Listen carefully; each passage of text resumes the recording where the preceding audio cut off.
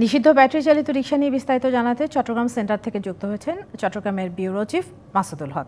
মাসুদ, এত অভিযান চলছে তারপরেও বন্ধ হচ্ছে না কেন ব্যাটারি চালিত রিকশা? কি করলে এগুলো বন্ধ হবে?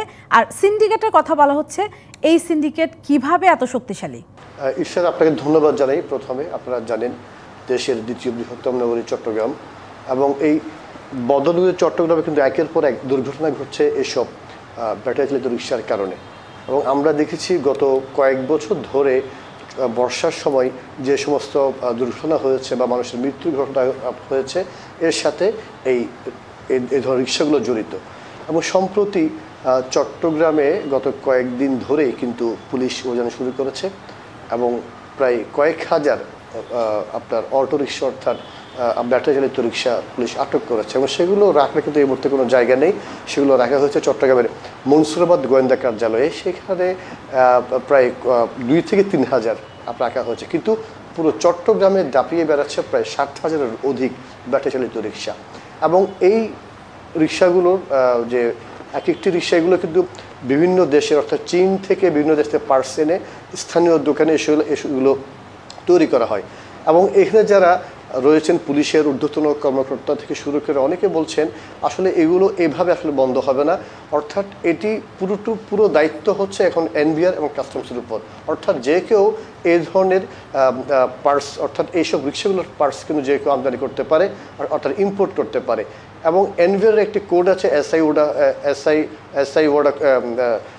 সানবিট সব দিবে সামাল। সানবিট ম্যাজিক প্রেস ডিশওয়াশিং এর মাথা ঘোরানো সলিউশন। এসআই কোড ওয়ার্ল্ড, ওই কোডে একটি নাম্বার রয়েছে।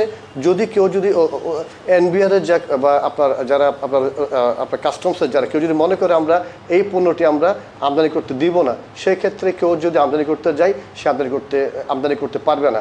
এছাড়া এইভাবে আসলে অভিযান চালিয়ে এটি বন্ধ করা সম্ভব নয় বলে জানিয়েছেন অনেকেই।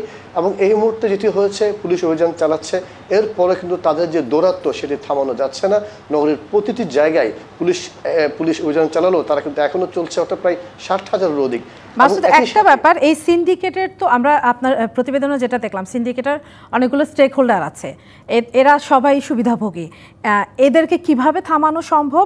পুলিশ প্রশ্ন করছে যে আমদানির অনুমোদন কে দিয়েছে, আমাদেরও প্রশ্ন যে আমদানির অনুমোদন কে দিয়েছে, কে থামাবে এটা? আর রিকশার পার্টস আমদানি নিষিদ্ধের কথা যে বলা হচ্ছে, এটা আদৌ সম্ভব কিনা?